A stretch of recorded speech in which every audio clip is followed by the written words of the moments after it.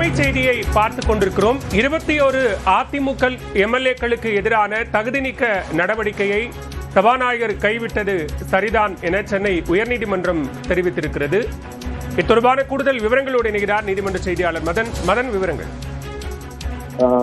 தமிழ்நாடு சட்டப்பேரவையில் தாவேகா அரசு கடந்த மே மாதம் 13ஆம் தேதி நம்பிக்கை தீர்மானம் கொண்டு வந்த போது இந்த கொரோனா உத்தரவை மீறி அரசுக்கு ஆதரவாக வாக்களித்ததாக 25 எம்எல்ஏக்கு எதிராக தகுதி நீக்க நடவடிக்கை எடுக்க வேண்டும் என அதிமுக பொதுச்செயலர் எடப்பாடி பழனிசாமி தரப்பிலிருந்து சபாநாயகருக்கு ஒரு மனு அளிக்கப்பட்டது. அதன் பிறகு 4 எம்எல்ஏக்கள் ராஜினாமா செய்ததை அடுத்து மீதமுள்ள அந்த 21 எம்எல்ஏக்கள் மன்னிப்பு கோரி கடிதம் அளித்ததால் அவர்களுக்கு எதிரான அந்த தகுதி நீக்க நடவடிக்கை அந்த மனுவை திரும்ப பெற்றுக் கொள்வதாக எடப்பாடி பழனிசாமி தரப்பில் ஒரு கடிதம் மீண்டும் அளிக்கப்பட்டது. இதை ஏற்றுக்கொண்டு சபாநாயகர் 21 எம்எல்ஏக்கள் எதிரான தகுதி நீக்க நடவடிக்கைகளை கைவிடுவதாக பிறப்பித்த அந்த உத்தரவை ரத்து செய்ய கூறி இந்த வழக்கை செல்வகுமார் அவர்கள் இந்த ஒரு புதுநல வழக்கை தாக்கல் செய்தார். இந்த வழக்கை விசாரித்த தலைமை நீதிபதி அமர்வு கட்சி மாறி வாக்களித்த எம்எல்ஏக்களின் செயலை மன்னித்து பொதுச் செயலர் கடிதம் அளித்திருந்தாலும் அவர்களுக்கு எதிரான தகுதி நீக்க நடவடிக்கை தொடர வேண்டும் என மனுதாரர் தரப்பு வாதி ஏற்க முடியாது என்று தெரிவித்தார்கள்.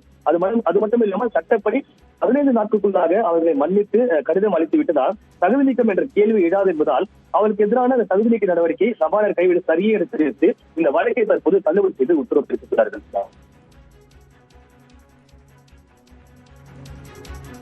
21 அதிமுக எம்எல்ஏக்களுக்கு எதிரான தகுதி நீக்க நடவடிக்கையை சபாநாயகர் கைவிட்டது சரிதான் என சென்னை உயர்நீதிமன்றம் உத்தரவு பிறப்பித்திருக்கிறது. அண்மை செய்தியாக பார்த்துக் கொண்டிருக்கிறோம்.